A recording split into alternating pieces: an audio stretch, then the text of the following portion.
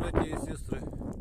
Сегодня вот хотел поговорить по поводу того, что многие молодые люди, да и не только молодые, в общем, они отвергают православие, потому что православные люди называют себя рабами Божьими. Они говорят, что мы не рабы, типа, мы свободные люди.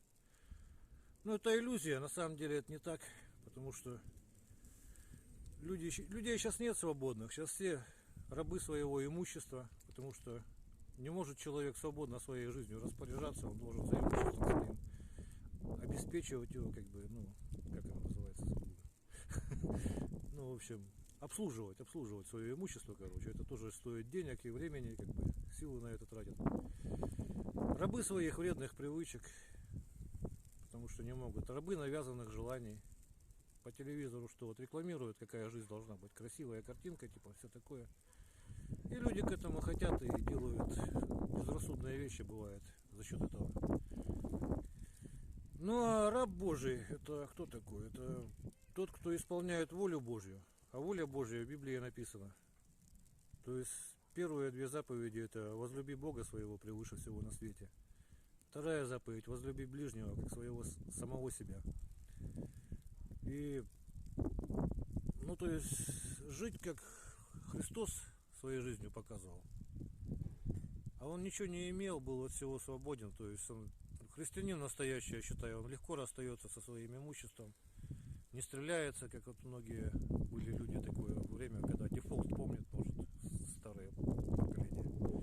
старшее поколение, скажем так, когда люди многие теряли свое имущество и хотели покончить жизнь самоубийством. Но христианин понимает, что это настоящий христианин. Все стремимся быть. Что все в нашем мире приходящее, от грехов своих освобождается потихоньку, от вредных привычек. И вот, в общем-то, все, что я хотел сказать. Что христианство — это настоящая свобода на самом деле. Вот. И нож такой вот соорудили с Божьей помощью. Сейчас покажем. Сам не упрыгивает. Вынимается одной рукой, то есть пальцем сюда упираетесь и вынимается. Можно его ножны. Это вот кожа цельная, без швов. Бычий хвост. И две половинки можжевельника этим же ножом вырезанные. Клинок всегда приятно пахнет. Все время обеззаражен. Ну и покажу, как примерно. Вот, рог лося.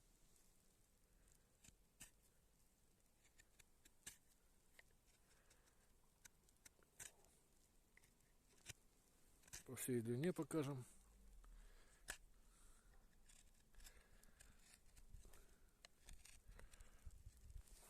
Вот. Дерево. Видно, да, как он урезается. То есть надавить можно конкретно за счет рукояти, потому что упор большой на нее получается. Коровий хвостик. Показать вот как бреет. И показать как режет. Сейчас. Чтобы это...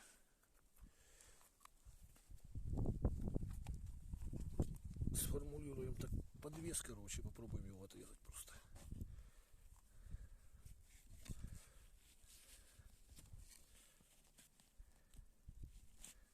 Видно, да? И волосы, кожа, то есть.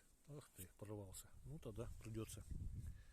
Да не порвался, вернее, я слишком тонко здесь взял, из-за этого так. Вот Ванессе отдадим кусочек и Булату. Вот. И сейчас еще покажу, как по газетке режут. Двумя пальчиками делаю. Видно, да, что?